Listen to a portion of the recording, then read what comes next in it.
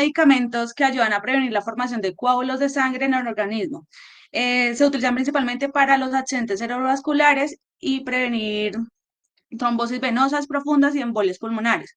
Bueno, estos sacos lo que hacen es que actúan específicamente sobre unos factores de la cascada de coagulación, que son en el factor 10 activo y en el factor 10 activo. Bueno, aquí es como en el factor 2 encontramos que ellos actúan inhibiendo la protombina, que sería el dabigatran, y en el factor 10 sería el rivaroxaban, apixaban y endoxaban. Los grupos terapéuticos, como ya les había dicho, unos son inhibidores del factor 10 de coagulación y el otro es inhibidor del factor 2 de coagulación. Entonces ya les había nombrado que la pixaban como, ay, se me olvidó. Bueno, el rivaroxaban y el endoxaban como principios activos y el dabigatran. Bueno, lo que pasa acá es que cuando ellos, los que actúan sobre el factor 10 de coagulación, el factor 10 activo de coagulación, lo que hacen es que no dejan la formación del complejo protrombinasa, que es la sumatoria del factor A, el factor 5 activo, el factor 10 más calcio. Entonces, al no dejarlo formar, lo que hace es que la protombina no se convierte en trombina y no tendremos formación del fibrógeno a fibrina. En los de el factor 2 es el dabigatran, que lo que hace es que no inhibe la formación inhibe el paso de protombina a trombina y no deja que se forme el fibrinógeno y la fibrina.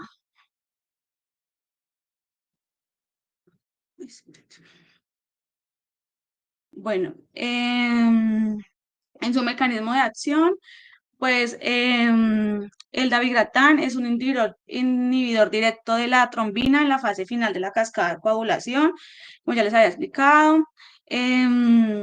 Puede inhibir también la agregación plaquetaria débilmente. El rivaroxaban es un inhibidor directo también del factor protombina-trombina, como ya les había explicado. Y el apixaban también es selectivo al factor 10 de coagulación activo. Inhibe directamente, reversible y selectivo al factor 10.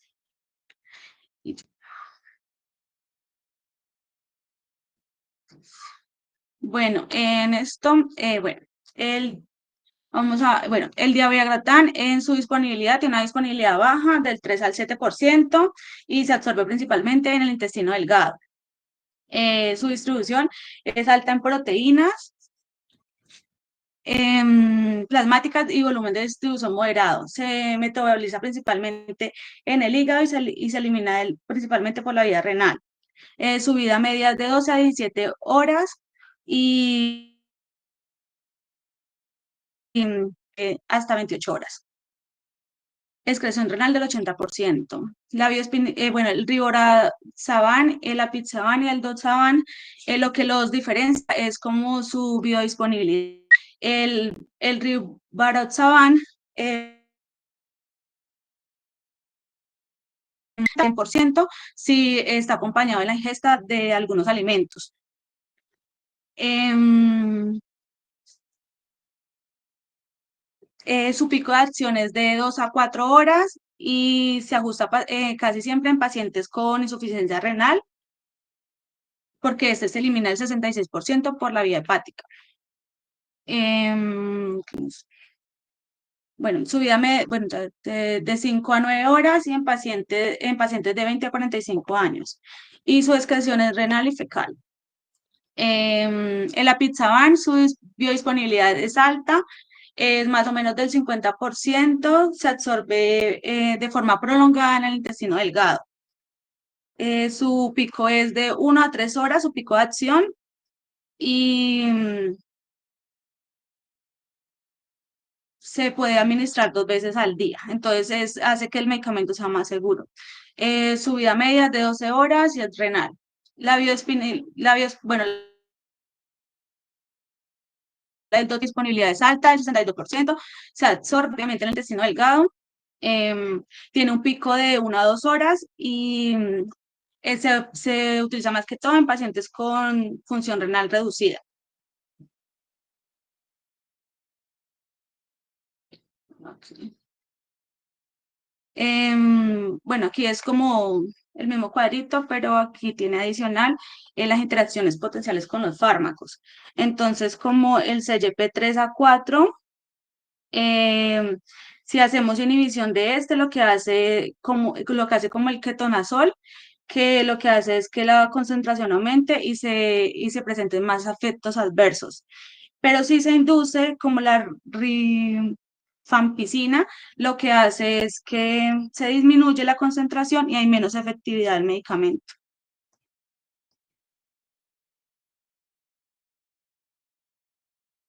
Bueno, las reacciones adversas en el rivaroxaban, trombocitopenia, anemia, síncope, náuseas, prurito, hemorragias. En el edoxaban, ensantema, náuseas, hemorragias menores. Y en la lapitzaban, náuseas, anemia, elevación de las enzimas hepáticas y la bilirrubina. Y en el dabigatran vamos a encontrar más que todo dispepsia, gastritis, anemias y hemorragias gastrointestinales. Sus usos ha sido aprobado para la prevención de eventos cerebrovasculares y embolias sistémicas en pacientes con fibrilación auricular no valvular y en tromboprofilaxis posoperatoria con pacientes con reemplazo de cadera y rodilla.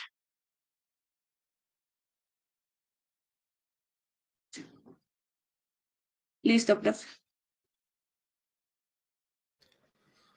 Lady, ¿por qué el Dabigatran tiene una baja biodisponibilidad? ¿Qué? No escuché. ¿Por qué el Dabigatran No, tiene una baja biodisponibilidad? el diagrama porque tiene una baja disponibilidad. Biodisponibilidad, sí. Tú lo mencionaste ahí, que tiene una muy baja biodisponibilidad. Devuélvete un segundo a la Sí, diapositiva anterior. pero sí, pero pues, es que, bueno, no sé si vos la voy a embarrar, pero pues, voy a decir No, lo no, que no, no, entendí. está bien. Solo quiero el por qué. Devuélvete a la diapositiva Mm, anterior. ya voy. No, solo a la anterior, no todas, sino, Es, no, la listo. inmediatamente anterior al gracias.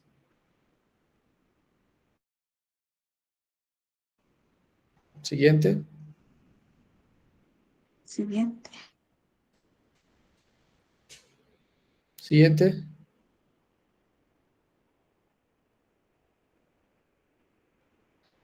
¿Qué otros usos encontraste? ¿Solo eso?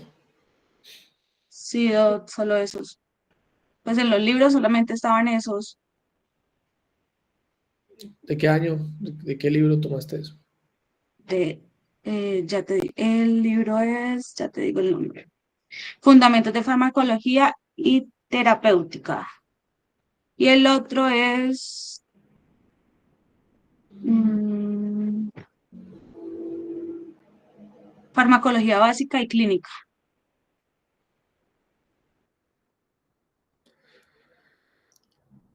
Porque las indicaciones son más amplias, ¿no? Tú mencionas ahí que es para la prevención de eventos cerebrovasculares, o sea, un ACV isquémico y un Sí, embolismo sistémico en pacientes con FA no valvular, ¿sí? sí. Pero si yo no tengo fibrilación, ¿no me lo puedo tomar? Es decir, que es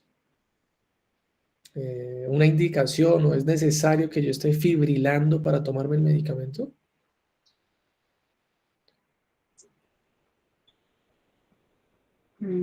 No, es que no, pero es que no me acuerdo bien para qué otras reacciones que se realizan. Me acuerdo que también eran para los ictus. No, el Mm, ictus es eso, el ictus es el evento cerebrovascular, ¿sí? ujú, Eso es un ictus. Y un embolismo sistémico puede ser, pues, un tromboembolismo pulmonar, un TEP, un émbolo en el pulmón, ¿sí? sí. Mm, Pero si yo no tengo fibrilación auricular, entonces yo no soy un candidato a recibir estos medicamentos. Es, digamos, la pregunta.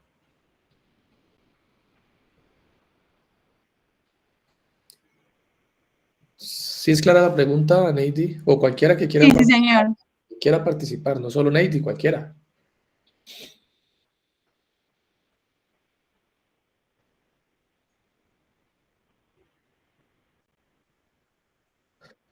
Primero entendamos el contexto. Ustedes me formularían a mí insulina si yo soy diabético, ¿sí o no? Por ejemplo, puede ser una indicación de la insulina, pues, pacientes diabéticos. Entonces la pregunta es, si yo no tengo la fibrilación auricular, porque Neidy ahí dice que el medicamento ha sido aprobado para prevenir eventos tromboembólicos, ¿sí? En pacientes con FA, con fibrilación auricular no valvular. Y de hecho ya estuvimos aquí discutiendo lo que era una fibrilación auricular no valvular y las valvulares, y creo que Samuel o Cristian, no sé quién hizo una pregunta relacionada a eso, y ahí discutimos un rato sobre eso. Entonces la pregunta es básicamente, si yo no tengo fibrilación auricular, ¿en mí no previene un evento, por ejemplo, tromboembólico en el pulmón sin tener FA?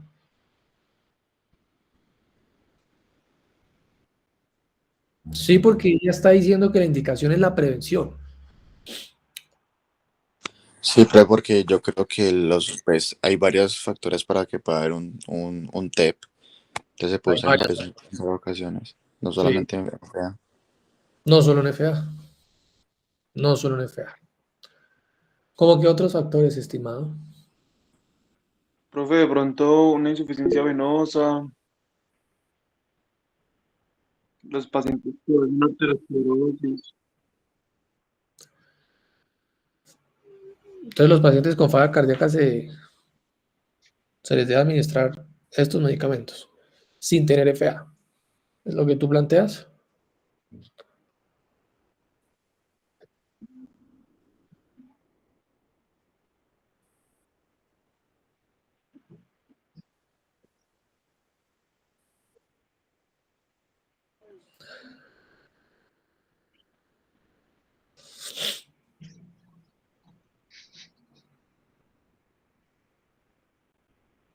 ¿Alguien más quiere participar, Samuel? No, profe, no sé. O sea, el medicamento solo sirve para prevenir, no sirve para tratar. Si yo ya tengo un trombo en el pulmón, no sirve como tratamiento. Pues yo creería que sí. ¿Sirve, profe? El tratamiento que con la aspirina, estimado.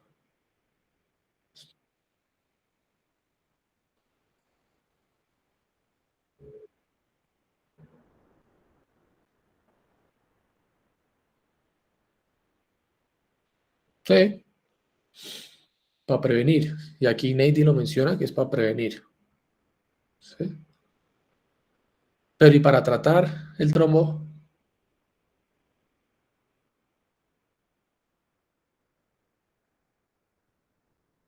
Define que es un anticoagulante más fuerte. ¿Es más fuerte que estos?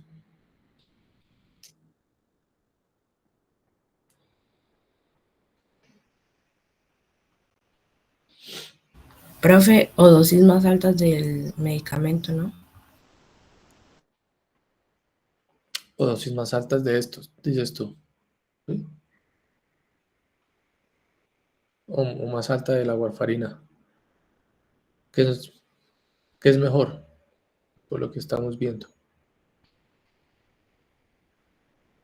Samuel va a decir algo, es que me preocupa ahí con la mano arriba y no le doy la Ah, palabra. no, qué pena, profe, no sabía que la tenía arriba.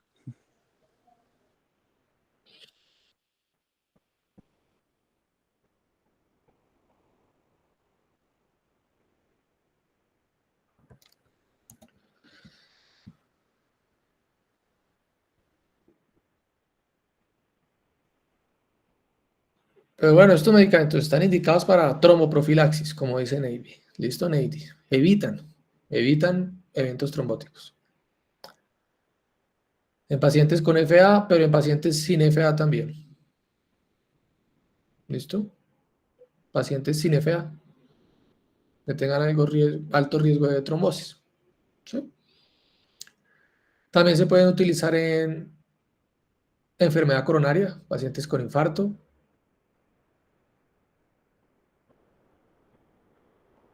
Y también están indicados para el tratamiento de no solo la prevención, como dice ahí, sino para el tratamiento, cuando el paciente ya tiene el evento trombótico, o una trombosis venosa profunda o un embolismo pulmonar. ¿Listo? En algunos pacientes también, indicaciones, en algunos pacientes con trombosis y que tengan además cáncer, en algunos, no en todos, en algunos.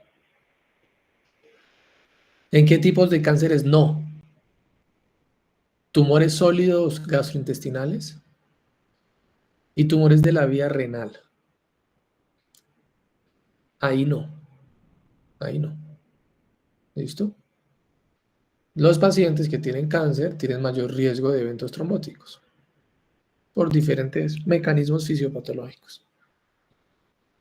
Entonces, si el paciente tiene cáncer y trombosis, pues hay que anticoagularlo, pues porque ya hizo un evento trombótico. Y estos pueden ser una opción. Ser una opción. Pero ese cáncer no puede ser ni de vías digestivas ni de vías renales. ¿En dónde no se han probado estos medicamentos o los estudios no favorecen su uso? En las embarazadas con eventos trombóticos. Ahí no. ¿Bien? ¿Alguien levantó la mano?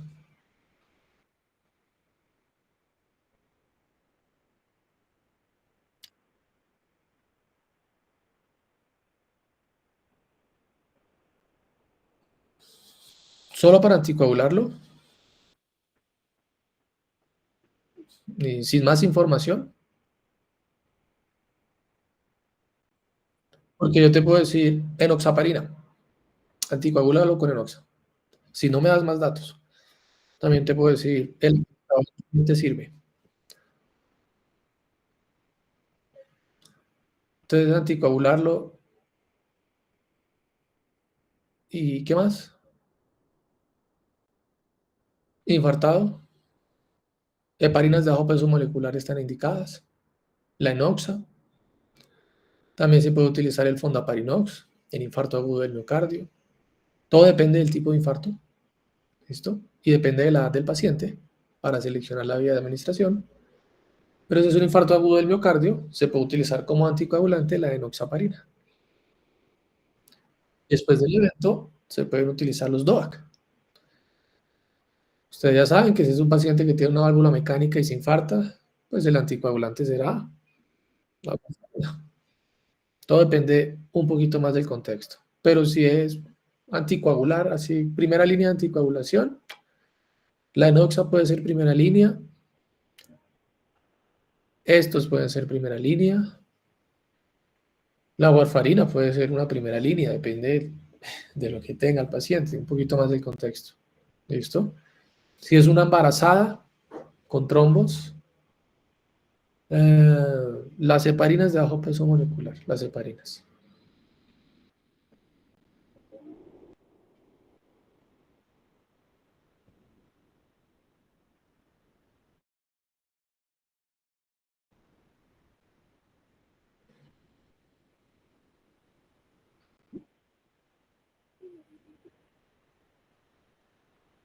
No, la warfarina no se puede usar en embarazo.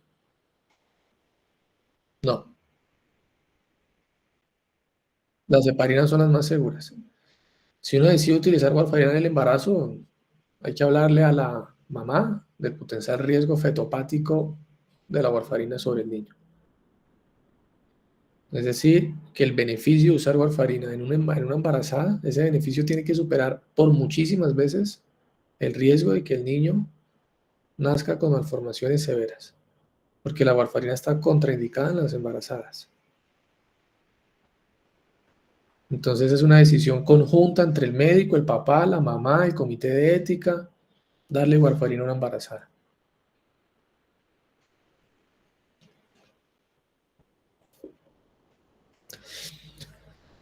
Entonces sirve para el tratamiento trombosis venosa profunda, embolismo pulmonar, son de primera línea ahí,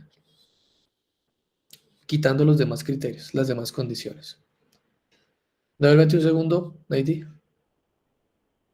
Despacito, la diapositiva anterior.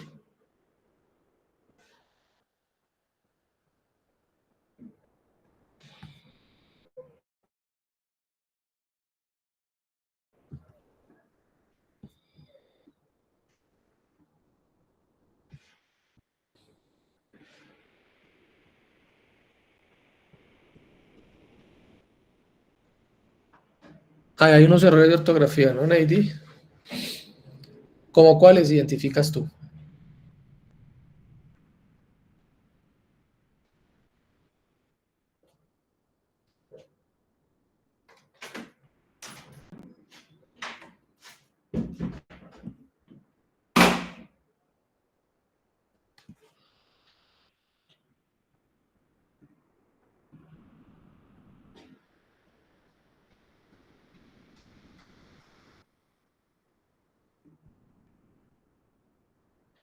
Joeli Benítez, ¿identificas hay algún error de ortografía?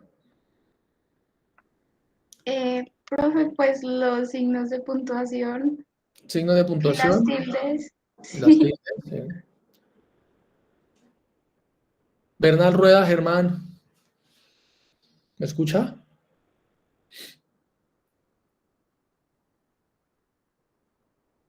Germán Bernal. ¿No está? Bueno, si no responden, yo asumo que no están en la clase. ¿Bien? Alejandro Brito. Sí, señor. Alejandro, ¿qué es una hemorragia menor? Porque si hay hemorragias menores, bueno, también hay mayores, de pronto. ¿Qué es una hemorragia menor?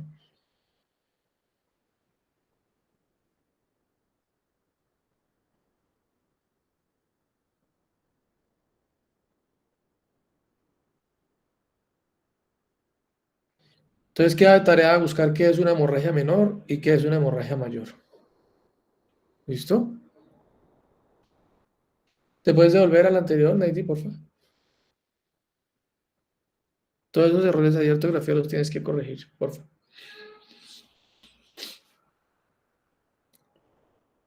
Ingrid Castañeda. Buenos días, Doc. Ingrid, ¿qué es un profármaco? ¿Profármaco? Sí. No recuerdo. ¿Alguno de esos es un profármaco? Neidy, tú que eres la experta en anticoagulantes directos. Sí, Doc, ya le digo cuál es el profármaco.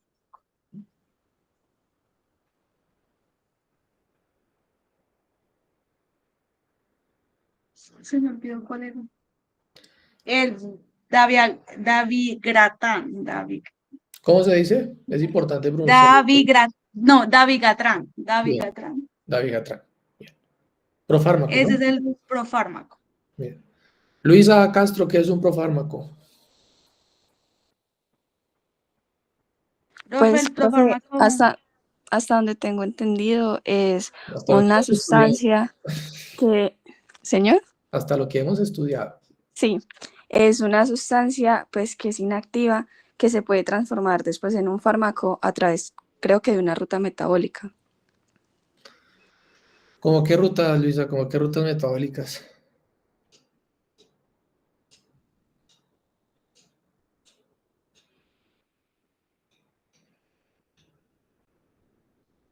Pues, no, puede ser la glucoronidación, por ejemplo. Fase 1, fase 2, como dicen, ¿no?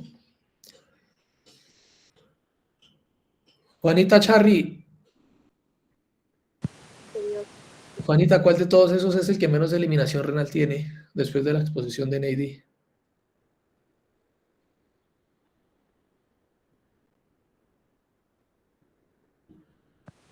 Menos renal. Sí, menos aclaramiento renal, porque entonces tú lo escogerás para pacientes que tienen trombosis y con falla renal. Porque es más seguro, ¿no? Si sale poquito por el riñón, yo prefiero escoger uno que salga poquito y que no salga tanto. Puede ser el rivaroxabano, el apixabano. No, tienes que escoger uno, no pueden ser 2 o 3 o 4. Uno. Más duro, Juanita, que no se te oye. Apixabano. Creo, no estoy segura. Pulgarín, Jessica. ¿No podría ser el dabigatran? El que menos eliminación renal tienes, dices tú. Sí. Creo que hay una imagen que dice que el aclaramiento renal ahí en esa misma presentación, en esa misma diapositiva, es un poquito alto, me parece. ¿Tú qué opinas, Jessica? Revisa la tabla que muestra Neidi. El apixabano. Porque el dabigatran dice que es principalmente renal. ¿Un poquito más duro? Porque el dabigatran dice que es principalmente por eliminación renal. Entonces tú no lo utilizarías en un paciente con falla renal, ¿sí o no? No. ¿Cuál es el porcentaje de aclaramiento por riñón? Me dice 80. 80. O sea que de los DOAC, el que más se elimina por vía renal es el dabigatran. O sea que puede ser un poco peligroso ese medicamento. ¿Listo? Un poco peligroso ese medicamento.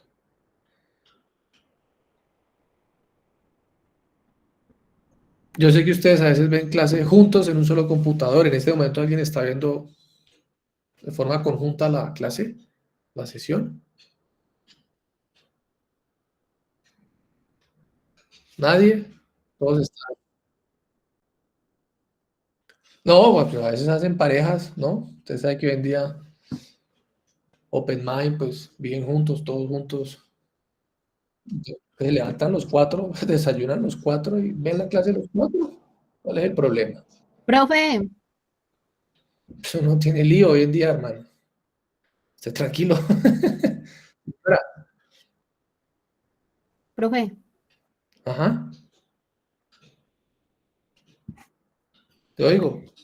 Sí, me está fallando el internet. ¿Me puede repetir la respuesta que le dio a Juanita, por favor? Estábamos hablando de que cuál es el que más y menos eliminación renal tiene. Que el Sí. dabigatran tiene mucha y el apixaban tiene muy poquita. En términos porcentuales, 80 y 25% respectivamente. Entonces, en un paciente con insuficiencia renal crónica, seguramente se prefiere apixaban. ¿Listo? Hay una reacción adversa importante que tiene el dabigatran, que es la esofagitis. Específicamente esofagitis. Porque dentro de la formulación del medicamento utilizan ácido. Cuando se libera el medicamento, ese ácido produce lesiones esofágicas. Entonces es frecuente que el dabigatran pueda estar asociado dentro de todos estos a una esofagitis. Para que lo tengan en cuenta. ¿Listo? Si los pacientes tienen cirrosis avanzada, estadio C, están contraindicados. No se pueden utilizar estos anticoagulantes porque estamos hablando pues, de la falla renal, cuando sí, cuando no. No se pueden usar en cirrosis avanzada, estadio C, y en falla renal avanzada, cuando las tasas de filtrado glomerular están menos de 20, también es un poco peligroso utilizarlos. Es un poco arriesgado. La recomendación es que con esas tasas de filtrado tan bajitas, no se deberían utilizar estos. No se deberían utilizar.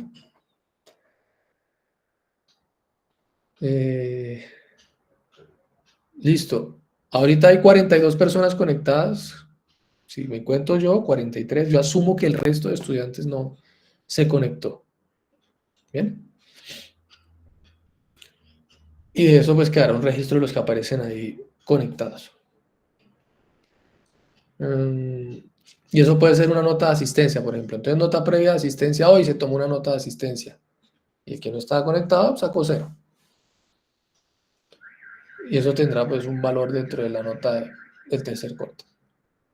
Muy bien, Neidy.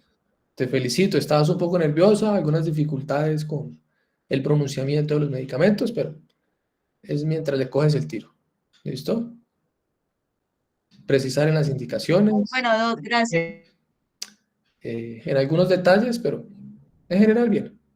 ¿Listo? Un datico adicional, estos anticoagulantes no necesitan monitorización, eso es una ventaja.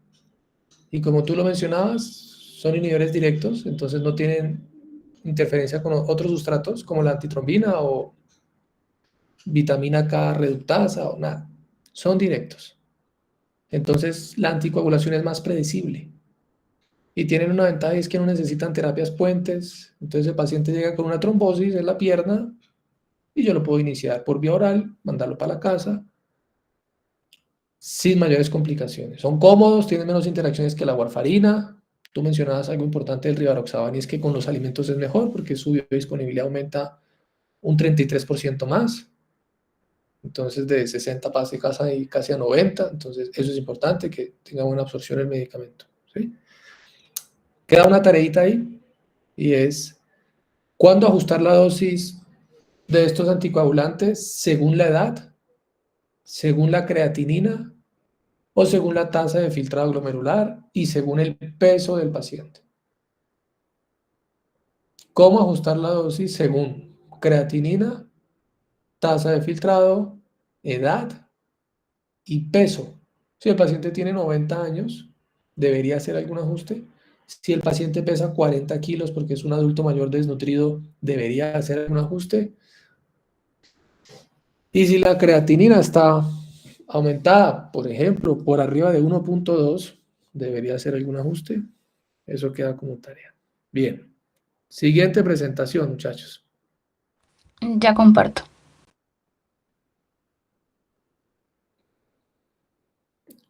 Todas esas cosas que estamos mencionando, pues cualquier cosa puede ser preguntada. Mecanismo de acción, indicaciones, reacciones adversas, esofagitis por dabigatran, contraindicación en paciente con falla renal, la baja biodisponibilidad del dabigatran a qué se debe, cuál es un profármaco, cuál tiene efecto sobre la glicoproteína P, cómo se ajusta en paciente desnutrido, si sirve o no para cáncer, para cuál tipo de cáncer.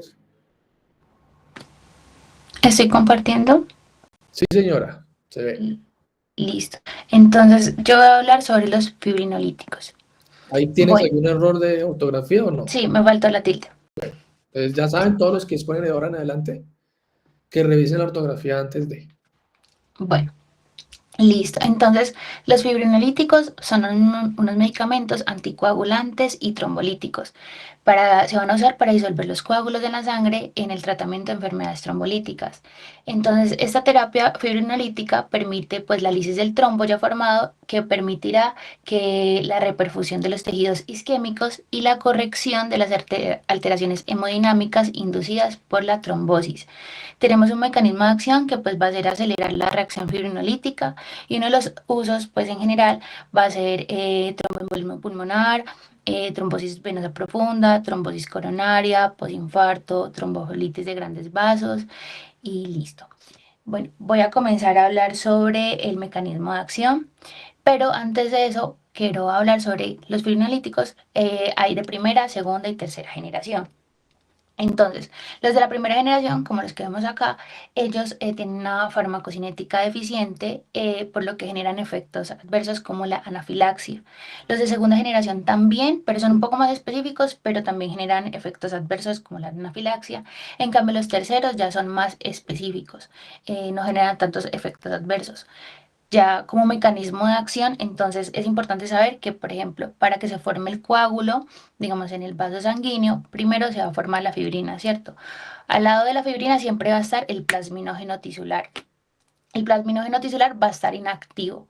Para que él se active, porque él va a ser el encargado en convertirse en plasmina y de ahí pues degradar la fibrina, entonces necesitamos el activador del plasminógeno. Este activador de plasminógeno lo sintetiza o lo excreta las células, entonces cuando ya lo secretan las células va a activar el plasminógeno y pues se va a convertir en plasmina. Después la plasmina lo que va a hacer, pues como yo les decía, la fibrina ya la va a degradar y pues ya va a hacer la lisis del coágulo. Tenemos, bueno, ese sería el primer factor o activador para degradar pues los coágulos. Tenemos otros activadores que pues, es de los de la primera generación, que entramos la estreptoquinasa y la uroquinasa, que ellos son sistémicos. Ahorita explico porque hay específicos y inespecíficos. Y asimismo tenemos unos antifibronilíticos, que primero vamos a tener el antiplasmina alfa 2, que lo que va a hacer es bloquear o inhibir la plasmina, para así pues generar el coágulo. Y también pues tenemos el inhibidor de plasminógeno tisular, que es el de acá, que lo que va a inhibir son pues los otros activadores. Esto lo que genera es que pues si necesitamos generar un coágulo, pues ellos van a ser encargados de pues predenominar para generar el coágulo. Pero pues cuando ya no necesitamos el coágulo, necesitamos ya que no se haya más trombos, ya pues entonces van a activarse pues el activador plasminógeno y pues ya podemos utilizar los fibrinolíticos. Bueno, es importante saber que hay específicos e inespecíficos. Los específicos van a activar o van a estar solo en la fibrina y en el plasminógeno. En ellos encontramos, eh, tenemos el activador tisular de plasminógeno, la alteplasa, la reteplasa y la tenecteplasa. Entonces, ellos solo van a estar en la fibrina o en el plasminógeno. En cambio, los inespecíficos van a activarse en cualquier parte sistémica. Entonces, podemos encontrar la streptoquinasa, uroquinasa y antriplasa. ¿Listo? Bueno, entonces ahora voy a comenzar a hablar pues de cada uno. Entonces,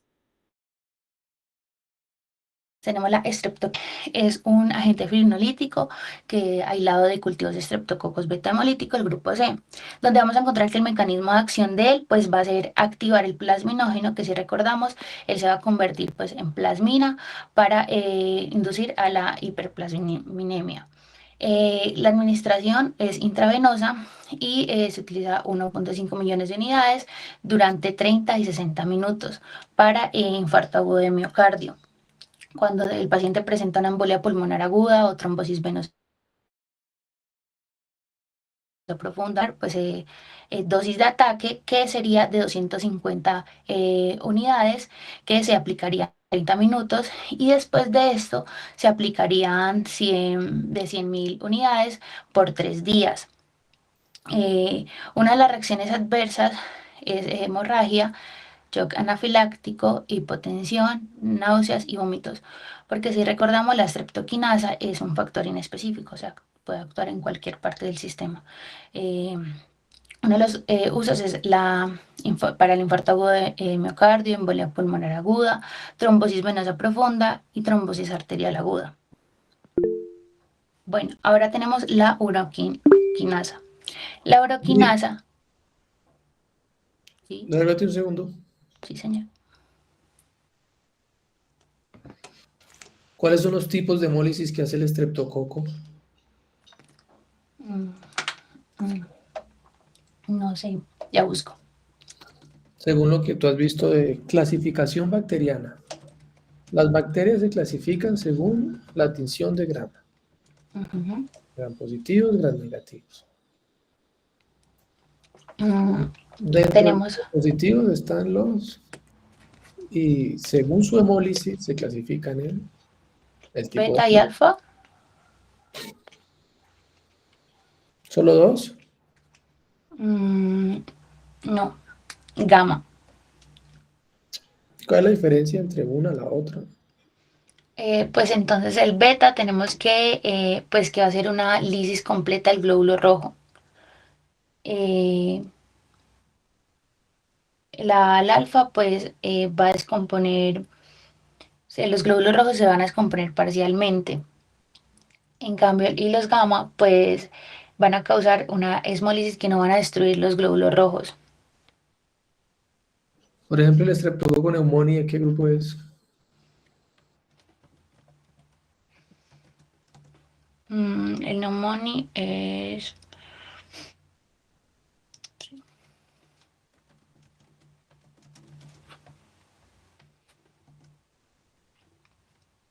Grupo A de alfa. El viridans.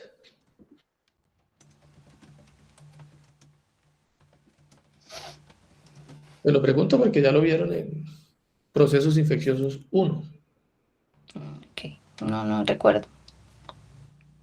Entonces, para que repasen la clasificación del estreptococo, para tener en cuenta esto de cómo es que funciona la streptokinasa Listo. y su nivel de hemólisis. Muy bien, continúa. Bueno, seguimos con la uroquinasa. Entonces, él va a ser un activador endógeno y no fibrino específico del plasminógeno y pues fue aislado inicialmente en orina humana.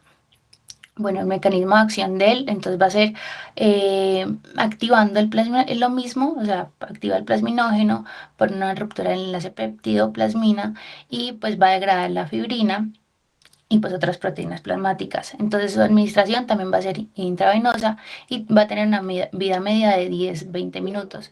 Entonces por eso es de infusión continua. Reacciones adversas, podemos encontrar la hemorragia, hipotensión, náuseas y vómitos. Y de usos, pues también vamos a encontrar que sirven para el trombolismo arterial periférico, trombosis venosa profunda, embolia pulmonar aguda, masiva, trombosis coronarias, hemorragias intraoculares, derrames pleurales y empiemas complicados.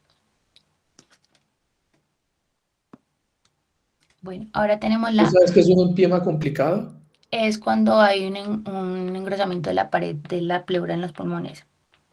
Ese es el empiema. Sí. Pues ¿Y el ahí, o sea, hay empiema pus, complicado? entonces genera como un engrosamiento de la pared. Pues lo que yo entendí, lo que yo investigué. ¿Alguien sabe lo que es un empiema complicado? Porque si ahí dice complicado, habrá uno que será el no complicado.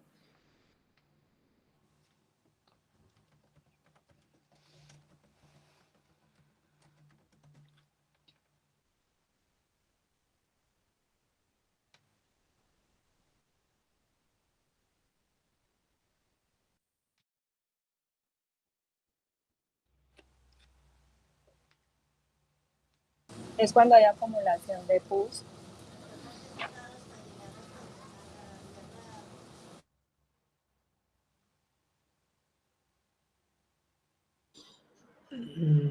Joseph, No sé. Sería cuando hay una acumulación de ¿está por ahí, Joseph? Señor, es que si vivo acá en una finca, pero cuenta. ¿Qué son los criterios de Lai? Ay, profe, yo no sé.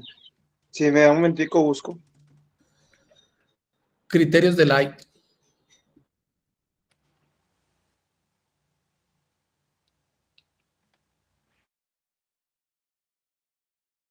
Utiliza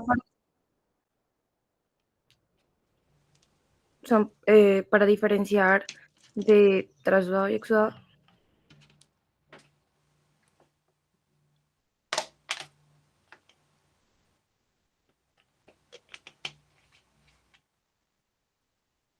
Entonces, los que ya lo saben, pues bueno, qué bien que ya sepan lo de los criterios de Lai. Los que no, revísenlo y se buscan los criterios de un empiema complicado. Empiema complicado. Continúa. Listo, entonces estaba en la aniestreplasa. Entonces es una streptocinasa combinada con plasminógeno humano que se preparó in vitro. Su mecanismo de acción va a ser inhibir su degradación por inhibidores endógenos, lo mismo de la fibrinolisis sin impedir que se fije la fibrina. Vamos a tener una administración por intravenosa de 30 unidades y va a tener una vida media de 100 minutos y se puede aplicar por bolo. Entonces, no necesita infusión continua. Las reacciones adversas podemos encontrar hemorragia, shock anafiláctico, hipotensión, náuseas y vómitos. Y uno de sus usos es para infarto agudo de miocardio, trombosis, tromboembolismo pulmonar, accidente cerebrovascular y trombosis venosa profunda. Bueno, el activador, se me olvida este nombre, el Tisular. del plasminógeno. Entonces es un activador endógeno recombinante humano. Su mecanismo de acción, pues es, como ya hemos visto, es uno de los, pues es específico actúa activando el plasminógeno por ruptura del enlace péptido-plasmina, lo que va pues degradar la fibrina y otras proteínas plasmáticas. También encontramos que tiene una vida media de 10 a 20 minutos y también es intravenoso. Una de sus reacciones adversas también puede generar hemorragia, hipotensión, náuseas y vómitos. También pues, se utiliza para infarto agudo de miocardio, accidente cerebrovascular, tromboembolismo pulmonar y trombosis venosa profunda. La reteplasa. Entonces la reteplasa va a ser un activador de plasminógeno recombinante, donde vamos a tener el mecanismo de acción que va a activar también el paso del plasminógeno a plasmina, que hidroliza las redes de fibrina. Entonces tenemos que su administración va a ser por 2 bolos intravenosos. Primero se va a generar uno, separados por 30 minutos cada uno. El primero es de 5.000 unidades y se tiene que... La parina, si no estoy mal, profe, se aplica primero antes de y es de 5.000 unidades y la segunda ya sería de 1.000 unidades y se puede administrar durante 24 horas, si no estoy mal. Las reacciones adversas tenemos hemorragias, isquemia recurrente, angina, hipotensión, insuficiencia cardíaca, edema pulmonar, arritmias, paro cardíaco, shock cardiogénico y reinfarto. También puede generar una reacción local en lugar de, pues, de la aplicación. Sus usos, pues podemos encontrar la sospecha de infarto agudo de miocardio o elevación persistente de ST o bloqueo de reciente de la rama izquierda. También lo podemos usar en las 12 horas tras la aparición de síntomas de infarto agudo de miocardio. Ahora encontramos la tenecteplasa. Este va a ser un activador plasminógeno recombinante, que donde su mecanismo de acción vamos a encontrar que también pues, va a activar el paso de plasminógeno a plasmina, que va a hidrolizar las redes de fibrina. Su administración va por 10 segundos. Las reacciones adversas pues vamos a tener hemorragia, isquemia recurrente, angina, también hipotensión, trastornos del ritmo y frecuencia cardíaca, isquemia recurrente, insuficiencia cardíaca, infarto agudo de miocardio y shock cardiogénico. Sus usos, pues, para la sospecha de infarto agudo de miocardio o también bloqueo reciente de la rama izquierda. Y pues, la diferencia es que en las 6 horas tras la aparición de los síntomas de infarto agudo de miocardio, la reteplasa es 12 horas tras la aparición de los síntomas de infarto agudo de miocardio. Bueno, también yo encontré pues que su administración también del peso del paciente, ¿cierto? Entonces tenemos, si es menor a 60 kilogramos, va a ser de mayor a 60 pero menor a 70, de 7.000 unidades. Si es mayor a 70 y menor a 80, va a ser de 8.000 unidades. Si es mayor a 80, menor a 90, de 9.000 unidades. Y si es mayor a 90 kilogramos, va a ser de 10.000 unidades. Y es un bolo intravenoso único que de 10 segundos. Ahora tenemos la alteplasa. La alteplasa es un activador plasminógeno también recombinante y su mecanismo de acción va a ser pues lo mismo, va a activar el paso del plasminógeno a plasmina, que va a ser el encargado de degradar pues la fibrina para pues, la lisis del coágulo. Entonces tenemos los bolos intravenosos y sus reacciones adversas. Podemos encontrar hemorragias gastrointestinales, intracerebral, hemorragia gastrointestinal, intracerebral de vasos sanguíneos lesionados. Vamos a encontrar equimosis, isquemia, anginas recurrentes, hipotensión y insuficiencia cardíaca. Uno de sus usos es el trombolítico en la infarto agudo de miocardio, en embolia pulmonar masiva aguda, con inestabilidad hemodinámica, fibrinolítico de ictus isquémico agudo. Listo. Gracias.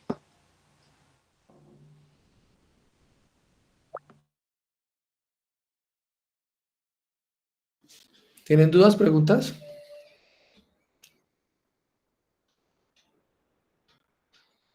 ¿O todo claro? Todo claro, ¿no? Muy bien explicado. Te felicito. ¿Cuál escogerías para un ACV isquémico? ¿Cómo, disculpe? ¿Cuál escogerías para un ACV isquémico? Un paciente que llegue con una trombosis a las urgencias.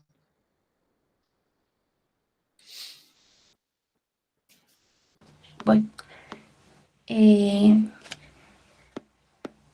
¿Le darías streptoquinasa, uroquinasa, alteplasa, tenecteplasa? Amitriptilasa. ¿Sí? O, a ver, ¿O prefieres buscarlo y sí, dejarlo lo busco ahí y como... ahora lo comento. Porque pueden ser todos, ¿no? Pues uno puede decir todos. Si a mí me lo preguntan en un parcial y me ponen tenecteplasia, alteplase, RTPA, uroquinasa, todos, de todos, pues yo puedo irme por todas, ¿no? Ok. Pues la pregunta es así súper específica. Paciente con ácido isquémico, trombo cerebral, susceptible de trombolizar, no de anticoagular, porque todos estos agentes son trombolíticos, por lo que tú mencionabas. Entonces hay que trombolizarlo, terapia trombolítica. ¿Cuál escoger? ¿Listo? Muy bien, te felicito. No olviden cuando acabemos la sesión de mandarme las presentaciones para hacerles preguntas de las presentaciones, que es lo más objetivo, ¿sí? Tanto de las presentaciones como de lo que discutimos aquí. Cristian.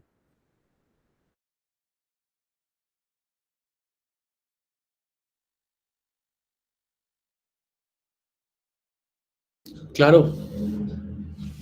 Les voy a enviar la Goodman. Esperen y se los paso de una vez.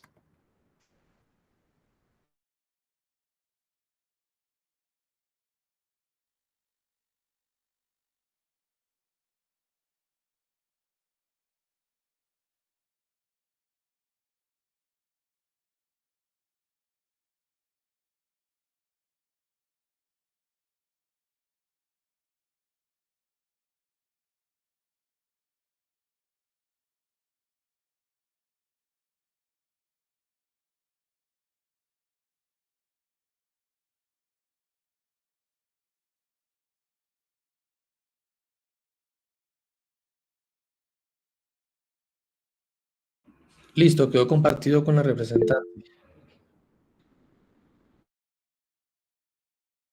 ¿Me confirma la representante si lo recibiste? Vanessa. Doctor, hablaba de que el reteplaza como que se utilizaba en un tiempo como de 12 horas, el tenecteplaza menor a 6 horas y el alteplaza tiene algún tiempo. Depende de la patología. Depende de la condición. El tiempo de ventana depende de cada uno. El tromboembolismo pulmonar tendrá una ventana para trombolizar. El ACV isquémico tiene una ventana para trombolizar. El infarto agudo del miocardio tiene una ventana para trombolizar. Normalmente esas son las tres vías en las que más frecuentemente se trombolizan a los pacientes en los hospitales. Un infarto agudo del miocardio con elevación del ST, un ACV isquémico con criterios sin contraindicaciones. Bueno, las contraindicaciones aplican para todos los trombolíticos, ¿no? Si el paciente tiene una hemorragia activa, si tiene antecedente de un tumor cerebral, si tiene antecedente de anestesia raquídea, si tiene trombocitopenia, si tiene un traumatismo reciente, si tiene una coagulación intravascular diseminada. Hay unos criterios para no trombolizar a los pacientes. Si está en una crisis hipertensiva, ¿sí? Todo eso contraindica el uso de el trombolítico. Pero según el tiempo de la enfermedad, ¿cuánto tiempo lleva con el trombo en el pulmón? ¿Cuánto tiempo lleva con el infarto de la coronaria? ¿Cuánto tiempo lleva con la trombosis cerebral? Uno dice, ¿escojo o no escojo la terapia trombolítica? ¿Listo? Entonces ahí, tener en cuenta, uno, ¿cuál usarían para una trombosis cerebral? Y dos, la pregunta es muy específica, ¿cuáles son los tiempos de ventana para trombolizar esas tres patologías? Sí me doy a entender con la pregunta, ¿no, Vanessa? Sí, señor. Porque si, por ejemplo, llega un paciente 20 días después de un infarto, ¿vale la pena trombolizarlo? ¿Tú qué dices?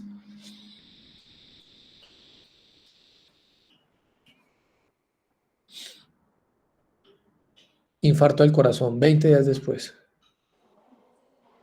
No, señor. No tiene mucho sentido, ¿no?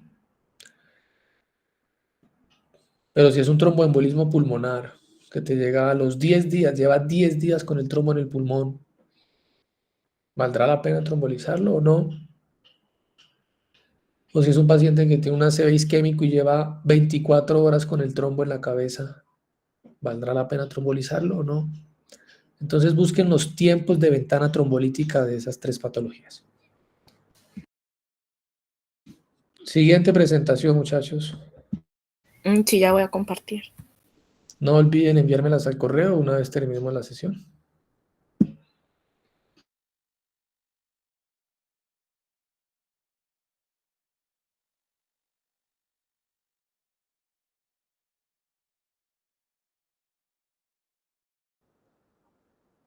Infarto agudo del miocardio, tromboembolismo pulmonar, ACV isquémico.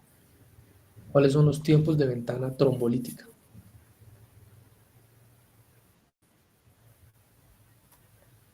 Bueno, entonces yo soy Leslie Michelle Dávila y les voy a hablar sobre los antifibrinolíticos. Los antifibrinolíticos son fármacos que inhiben el proceso de la fibronólisis, o sea, la destrucción de los coágulos sanguíneos que anteriormente estaba hablando mi compañera. Ese proceso de la fibronólisis tenemos que tenerlo muy en cuenta porque va muy pegado a este proceso.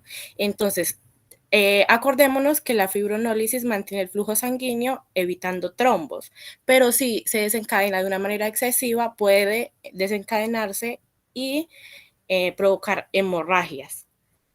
Entonces, ¿a qué pacientes se le aplican? Entonces, a personas que tengan mucho riesgo de sangrado o que tengan hemorragias quirúrgicas, traumas o menorragias.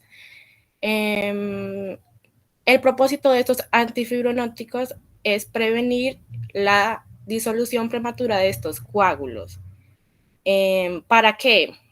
Porque, digamos, en esos casos que hay un trauma o una hemorragia en una cirugía, no necesitamos que el trombo se disuelva, necesitamos que el trombo permanezca.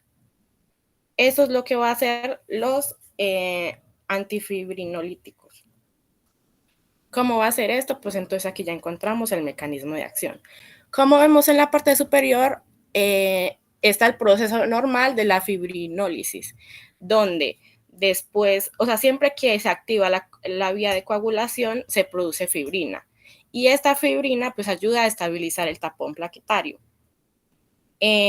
Una vez pues el sistema reconoce esta fibrina, se activa el TPA o activador tisular del plasminógeno, que ayuda a convertir el plasminógeno en plasmina. Y de ahí pues se une a la fibrina y descompone la fibrina y degrada el coágulo.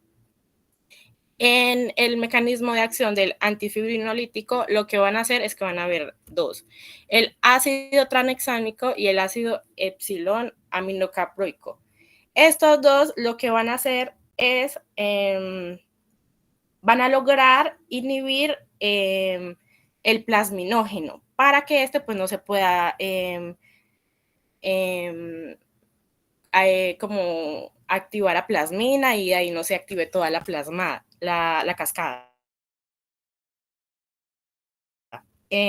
¿Cómo hacen esto? Pues porque el ácido tranexámico y el ácido aminocaproico son análogos de una lisina, que esta va a antagonizar el plasmógeno, o sea, haciendo que este no se pueda unir y entonces no ocurre la cascada.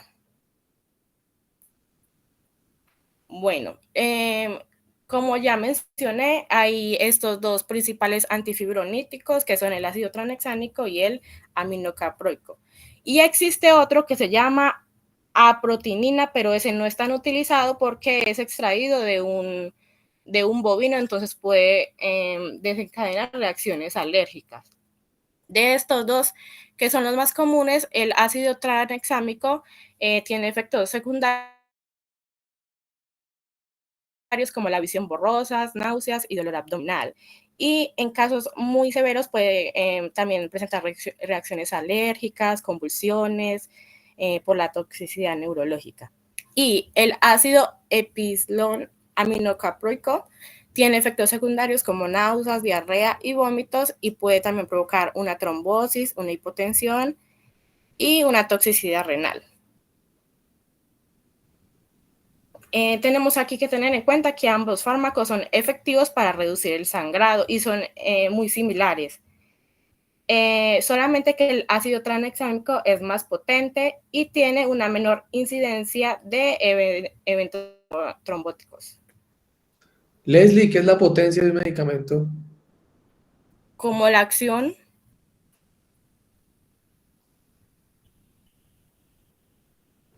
¿Segura, estimada Leslie? Sí. ¿La acción? La concentración.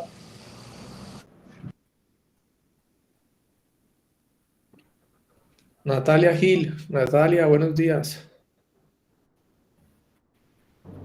Buenos días, profe. ¿Qué es la potencia de un medicamento? Que Leslie acaba de decir que el ácido tranexámico es más potente que el ácido aminocaproico.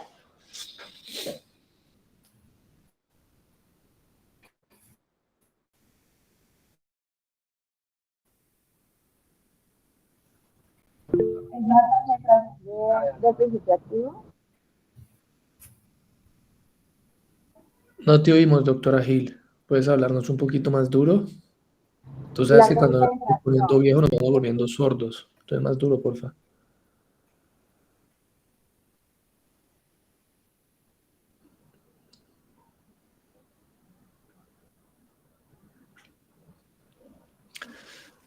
La concentración, por ejemplo, 2.5 miligramos, algo así, 500 miligramos. ¿A eso te refieres? Apixaban, 2.5 miligramos.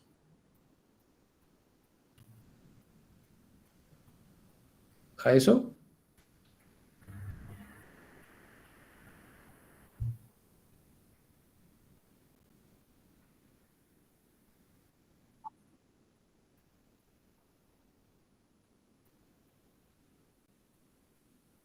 Como que la cantidad de concentración del medicamento que necesitamos para poder tener como su efecto terapéutico. Un efecto determinado, ¿no? Cualquier efecto, el que ustedes decidan. La dosis que se necesita para algún efecto, alguno. No necesariamente tiene que ser el terapéutico. ¿Listo? Algún efecto. Entonces, Leslie, ¿el ácido tranexámico es que más potente o más eficaz que el ácido aminocaproico? ¿O solo es más potente? Más potente. ¿Y más eficaz? Bueno, continúa, dale. Bueno, entonces aquí encontramos que los dos pueden administrarse, o sea, los dos tienen muchas similitudes, se pueden administrar por vía oral, intravenosa. La biodisponibilidad del ácido tranexámico es del 30 al 50%, mientras que del aminocaproico es del 50 al 70%. ¿Qué encontramos de diferencias? Que todas se distribuyen, pero el ácido tranexámico atraviesa la barrera hematoencefálica, mientras que el ácido aminocaproico no. Los dos se metabolizan en el hígado y se eliminan en los riñones.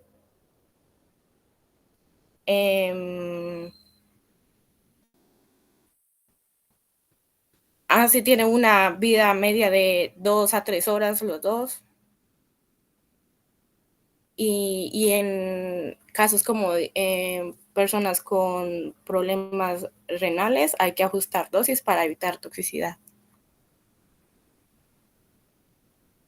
Bueno, también encontramos que los dos son inhibidores del plasminógeno, como ya lo había mencionado, por medio de la lisina, que ocupa el espacio para que el plasminógeno no pueda unirse y no pueda convertirse en plasmina. Bueno, así evita que el coágulo sea degradado y evita pues trombosis o ayuda al sangrado.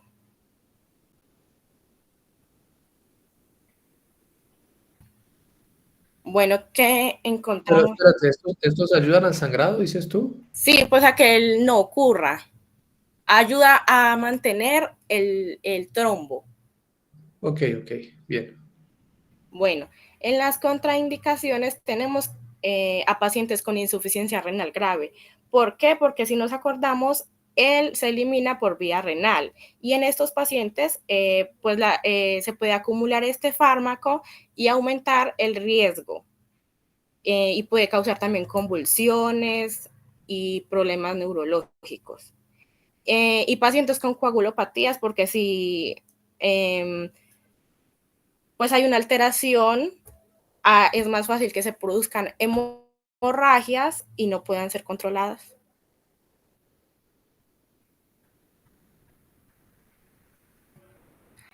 Ay, profe, yo aquí también leí, pero no entendí. Aquí también podrían ser los hipertensivos. ¿Cómo así? Las personas hipertensas, perdón, las personas hipertensas. Como contraindicación una crisis hipertensiva, dices tú. Uh-huh. Yo por ahí leí que las personas hipertensivas tienen, o sea, también están contraindicadas para recibir antifibroníticos. ¿Y por qué te imaginas Pero, que existe esa contraindicación? porque, ay, no sé, porque yo creo que al tener una hemorragia, no, profe, no sé ese si no la entendí, por eso yo le quería preguntar por qué los hipertensivos. Al tener una hipertensión, ¿qué tiene mayor riesgo de qué?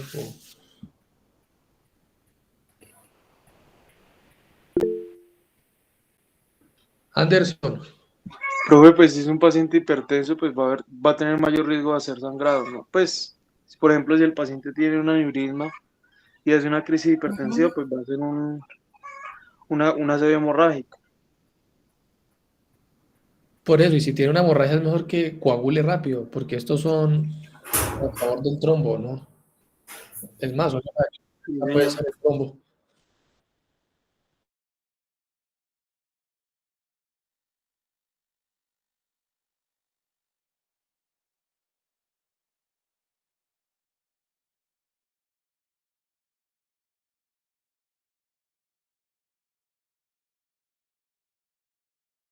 Entonces los pacientes con hipertensión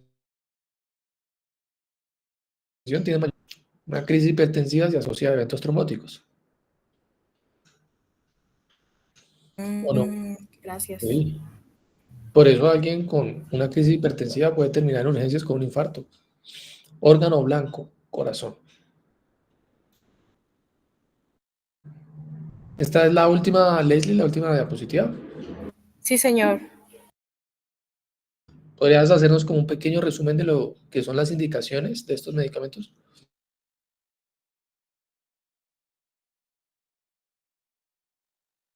Están indicados para cuando se quieren controlar sangrados excesivos, como por ejemplo cuando hay un accidente, cuando están en una cirugía.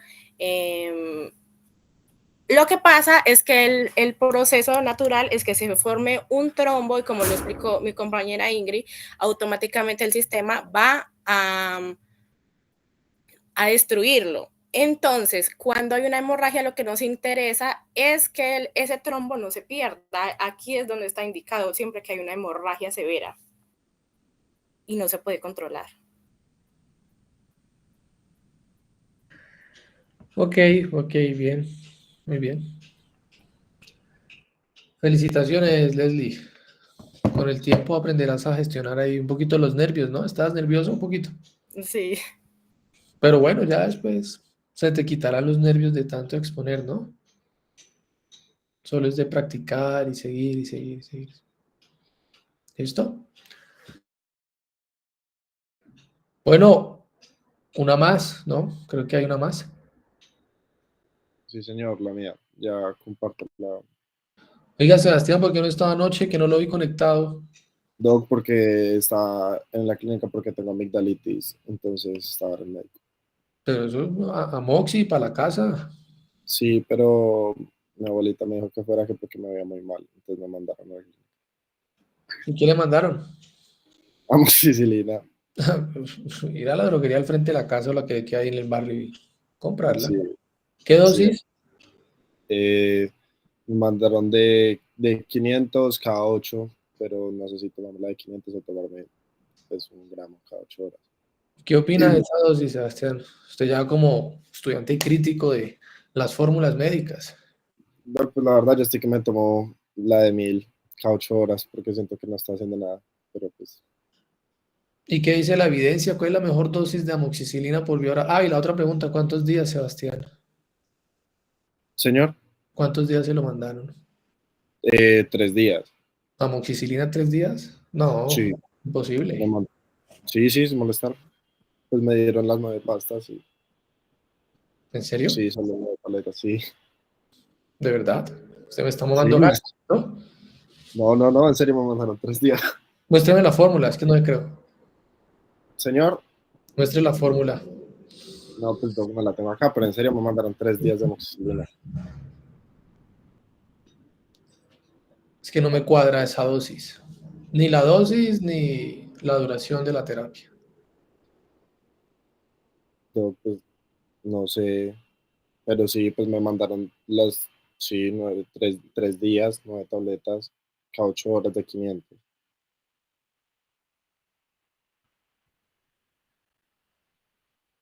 Bueno, Ok. si tienen la oportunidad de revisar cómo se maneja una amigdalitis por vía oral, teniendo el caso de su compañero Sebastián, háganlo. Profe, a mí siempre a mí me dan amigdalitis recurrentes y siempre me las mandan por 7 días cuando me mandan amoxicilina. Pues sí, yo tenía entendido que era por 7 días, no por 3. Yo pensé lo mismo, pero pues no sé.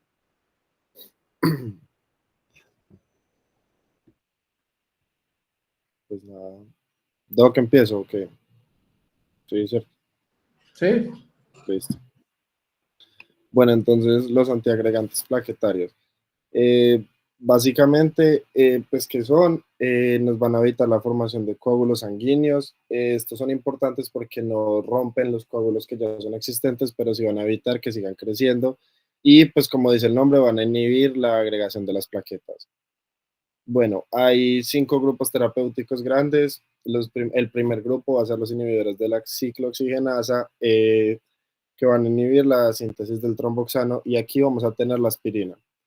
Luego tenemos los inhibidores de la fosfodiesterasa, que van a aumentar los niveles de AMP cíclico, y acá pues tenemos como el principal exponente es el dipiridamol.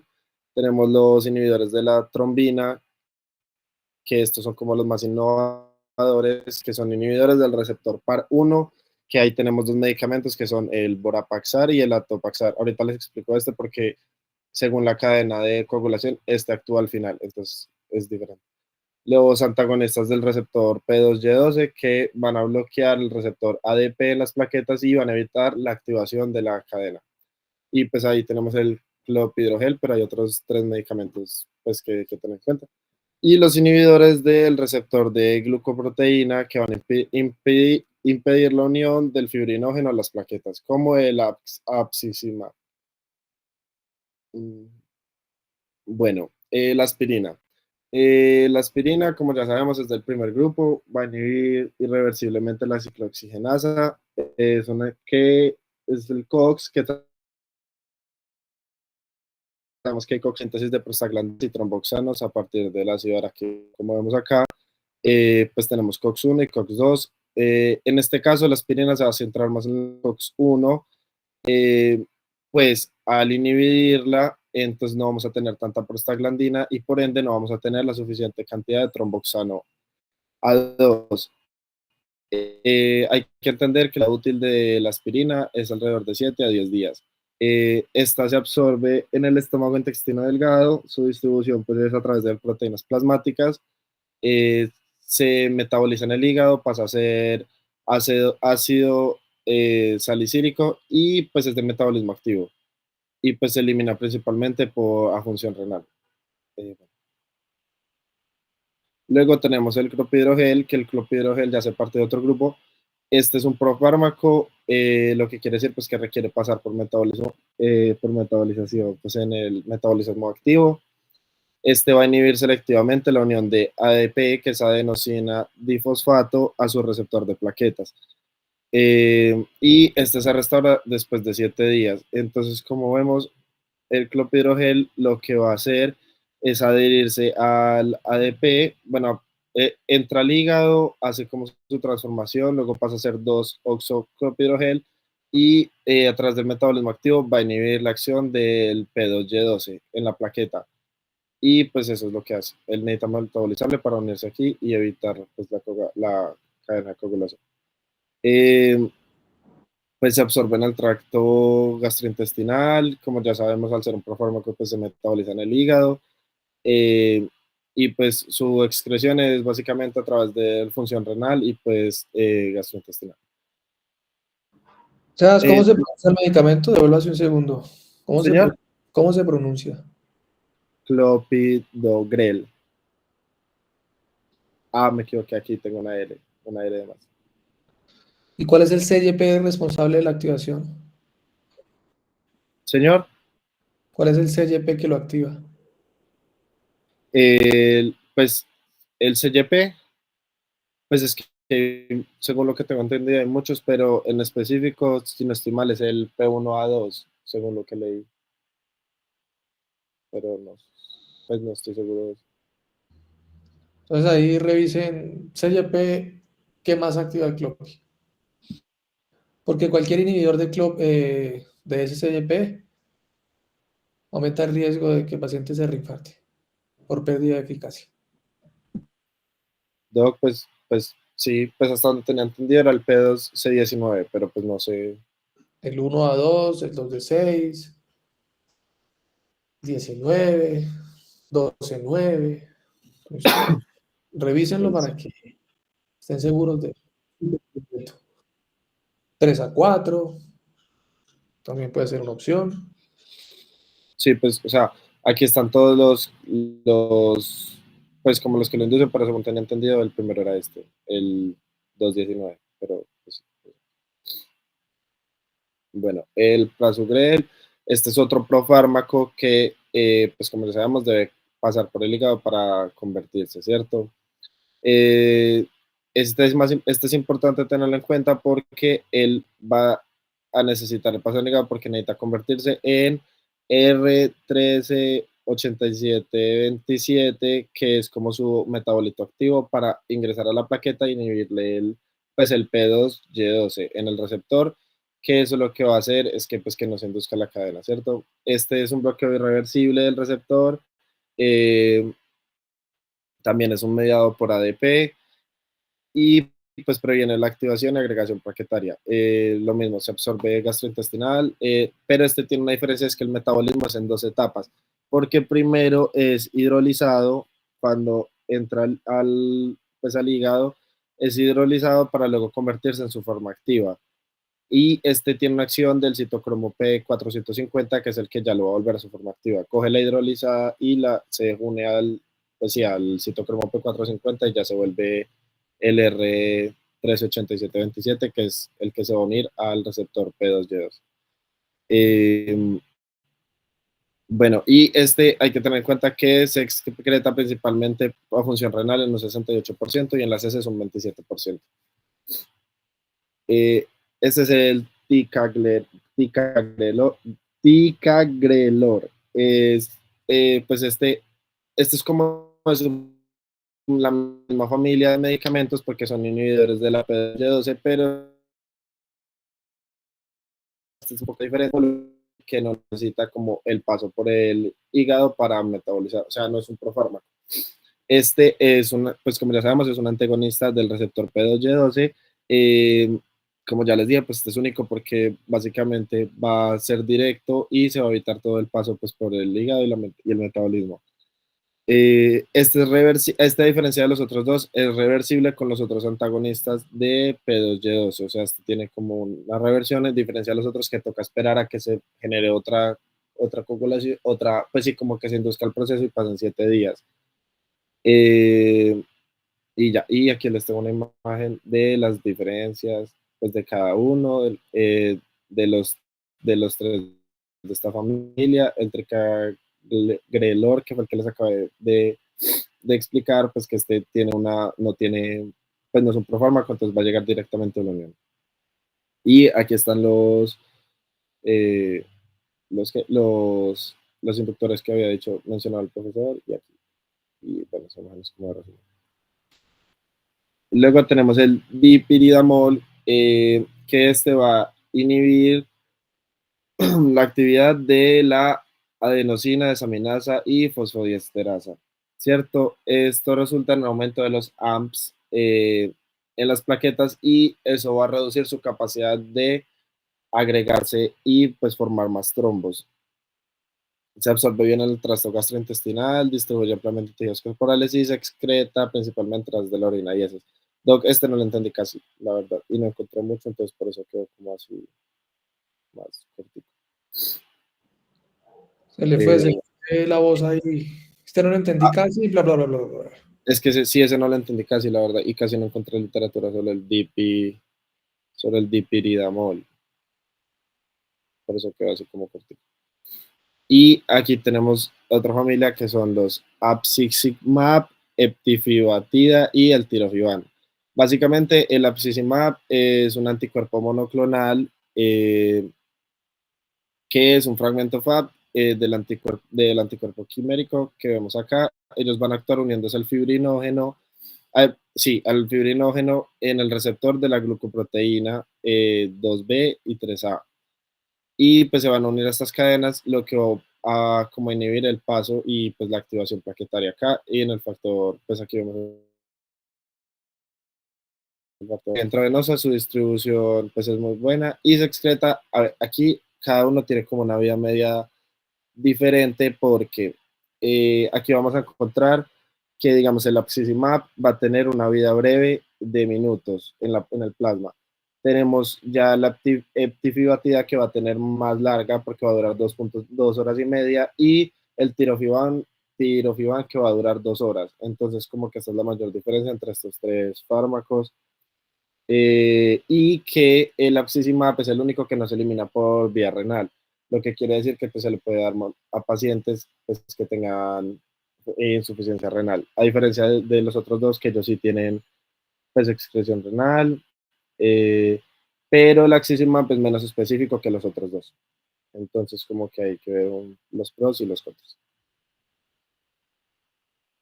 Y estos son pues son los más como innovadores, por decirlo así, porque se van a unir a la par 1, que van a ser el Borapaxar y el Atopaxar. Son antagonistas reversibles del receptor par 1, que es una proteína activada por proteasas, y nivela la señalización mediada por la trombina, lo que previene la agregación plaquetaria. Se administra por vía oral y se absorbe bien en el tracto gastrointestinal. Se metaboliza también en el hígado y se excreta principalmente a través de la orina y las heces. Bueno, los usos y efectos secundarios. Básicamente estos medicamentos los vamos a usar para prevención de ataques cardíacos, prevención de ACVs, tratamiento de enfermedades arteriales, después de procedimientos cardíacos, pacientes con fibrilación auricular y en combinación con otros anticoagulantes. Entonces los usos pues, de los más grandes. La aspirina la vamos a dar en dosis bajas de 75 a 100 miligramos diarios, usados para la prevención de eventos trombóticos. Y en dosis altas de hasta 4 gramos diarios para efectos antiinflamatorios y analgésicos. En los efectos secundarios, básicamente tenemos la irritación gástrica, úlceras y